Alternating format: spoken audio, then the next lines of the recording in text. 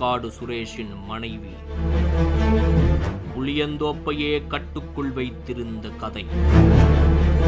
யார் இந்த அஞ்சலை? இவரின் பின்னணி என்ன? பகுஜன் சமாஜ் கட்சியின் மாநில தலைவர் ஆம்ஸ்ட்ராங் ஜூலை மாதம் 5ஆம் தேதி சென்னை பெரம்பூரில் தனது வீட்டிற்கு அருகிலேயே வெட்டி படுகொலை செய்யப்பட்டது அனைவராலும் அறிந்த ஒன்று.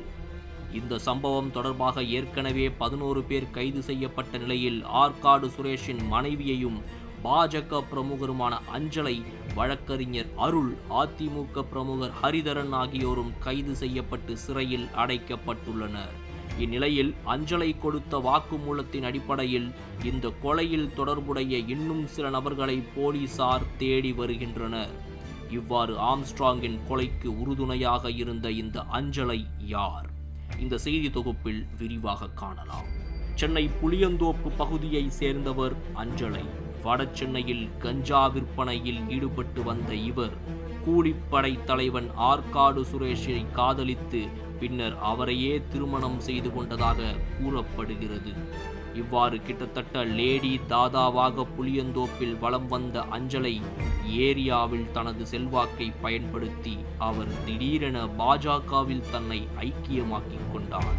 உறுப்பினராக இணைந்த அஞ்சலை படிப்படியாக உயர்ந்து வடசென்னை மேற்கு மாவட்டத்தின் துணைத் தலைவராக கட்சியில் நியமிக்கப்பட்டார். பின்னர் 2019ஆம் ஆண்டு அஞ்சலையை ரகசியமாக சந்திக்க வந்தபோதுதான் ஆற்காடு சுரேஷ் போலீசில் சிக்கி பிறகு ஜாமீனில் வெளியே வந்தார்.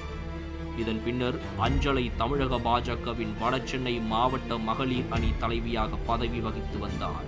வடசென்னையில் கோலோச்சிய சின்னா என்ற ரவுடியுடன் அஞ்சலைக்கு பிரச்சனை ஏற்பட்ட போது அஞ்சலைக்காக சின்னாவை கொலை செய்தார் ஆற்காடு சுரேஷ். அதன் பிறகுதான் ஆற்காடு சுரேஷ் பிரபல கூலிப்படை தலைவனாக உருவானார்.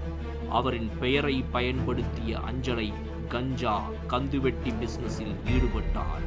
அதனால் அடுத்தடுத்து வழக்குகள் அஞ்சலை மீது பதிவாகி அவர் புளியந்தோப்பு பி கேட்டகரி ரவுடியாக உருவெடுத்தார்.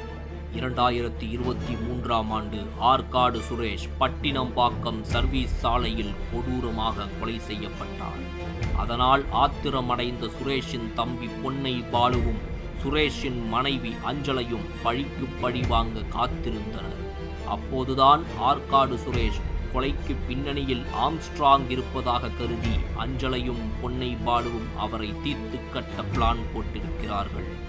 அதனால் ஆம்ஸ்ட்ராங்குக்கு எதிரானவர்களுடன் ஒன்று சேர திட்டமிட்ட அஞ்சலையும் பொன்னை பாலுவும் அதற்காக சிலரிடம் பேசியுள்ளனர்.